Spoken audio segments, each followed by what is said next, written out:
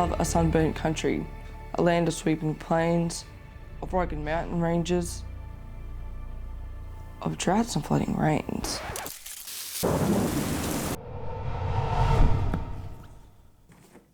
Who loves droughts and flooding rains? They're useless, and they're only going to get worse. Australia is hotter than it's ever been, and it's getting hotter. So what are we going to do about it? We're going to check out some big ideas all over the world and ask, can we cool the country? Cool the country.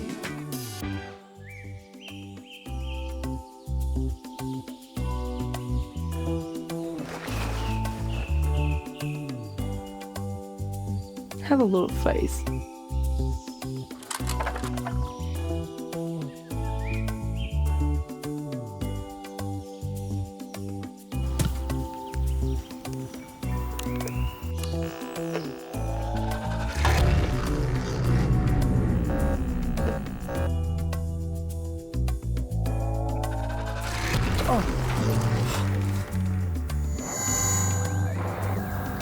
What? Extreme weather events are getting more intense and more frequent around the world. Can you hear me? I'm sick of global warming. It's just not cool anymore. What? Get it? Global warming's not cool anymore.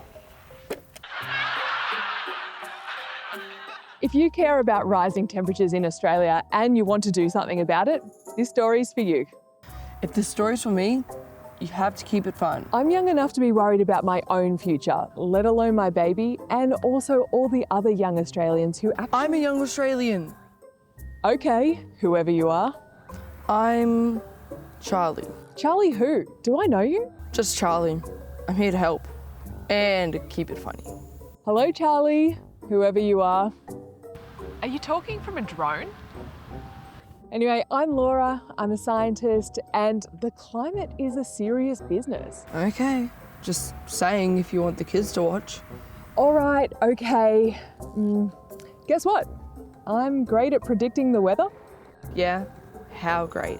One time, I predicted the weather so well, I beat the reigning champion. Oh dear, maybe leave the jokes to me. Great, they're all yours. Now, do you care if I get on with the science? Yes, but keep it interesting. We're going to be asking questions, starting with this one. Have you ever noticed a weather reporter point to the north of Western Australia and call it the heat engine of the country? Are you wondering the same questions that we're wondering? How often does this heat engine actually cause heat waves? And does it really impact the whole country? Even if we could transition to clean energy overnight, the heat will keep rising. It's time that we talk about how to mitigate that right here in Australia. Have you heard a plan? Has anyone said anything? Anyone? Anything?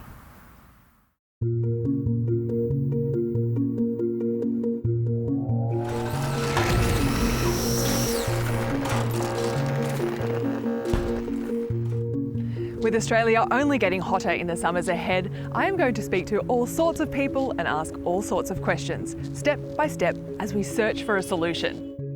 Where exactly in Australia is the heat engine? And how much can it really even affect the country? Stick around, we're about to find out. Do you want me to lighten things up a bit here?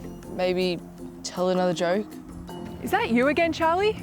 How are you doing this? And no, I don't want to hear a joke. Not if it's about climate change. A joke about climate change? What sort of monster do you think I am? That's so inappropriate, Laura.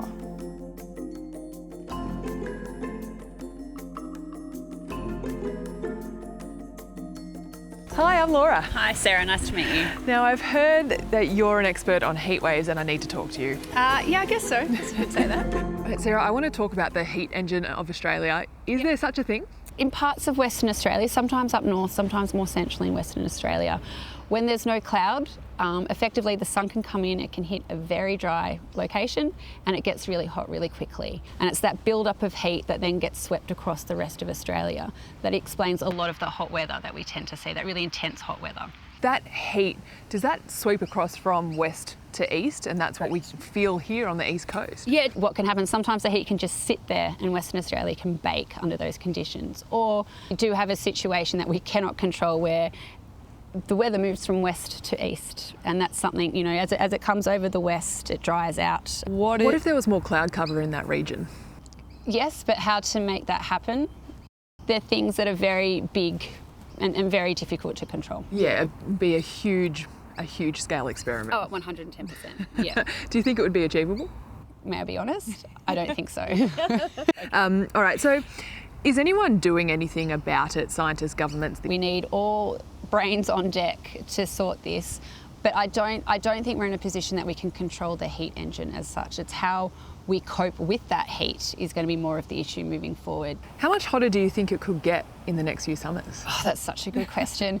It depends. I mean, places in Sydney could see temperatures very close to or over 50 degrees Celsius. Do you think we can reduce greenhouse gas emissions fast enough to actually stop temperature rising? Look, it's really imperative, and I can't stress this enough, that we do need to reduce our greenhouse gas emissions. But the problem is there's already so much carbon into the atmosphere, and that can hang around for at least a couple of hundred years. Wow, so even if we stopped emitting all carbon emissions today, it's still going to go up. How worried are you on a scale of 1 to 10? A hard 10. I'm really worried. Climate change is this huge beast that we understand, but we've got no idea on how to tame, or we're not taming it fast enough. We need to do so much more. After the Black Summer bushfires, a royal commission was held, and they said, in quotes, making the nation more resilient to natural disasters calls for strategic imagination and big country thinking. So do we need big country thinking to really cool down this heat engine? Yes, but I don't think we can cool down the engine as such. It's how we adapt to what it's doing. Sarah, there's really just one big question I'm trying to answer. Do you think we can cool the country? Can we cool the country? Don't worry about that.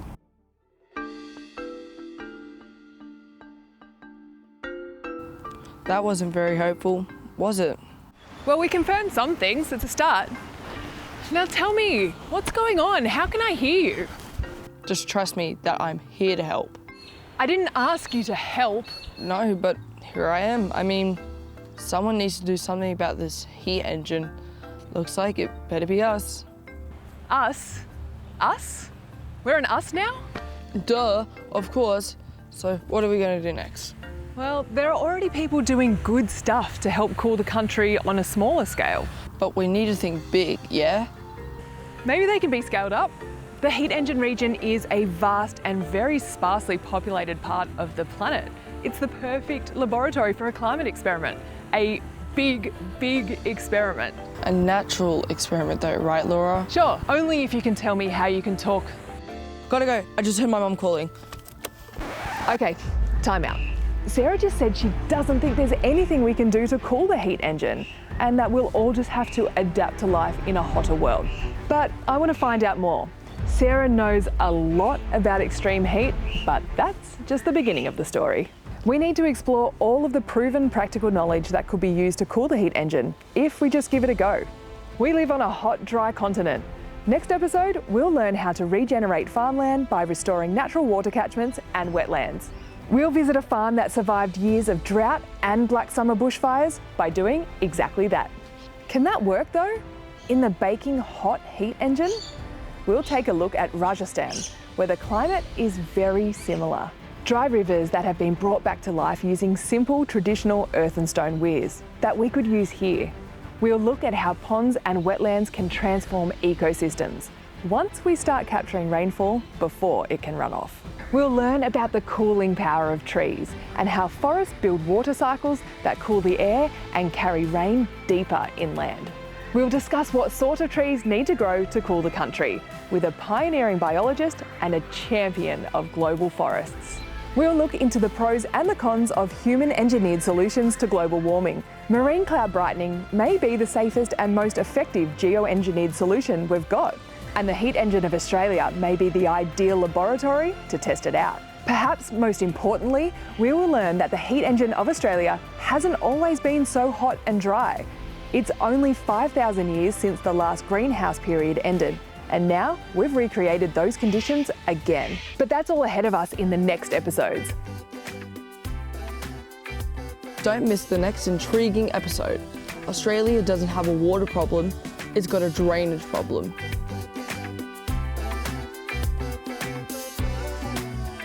Cool the country.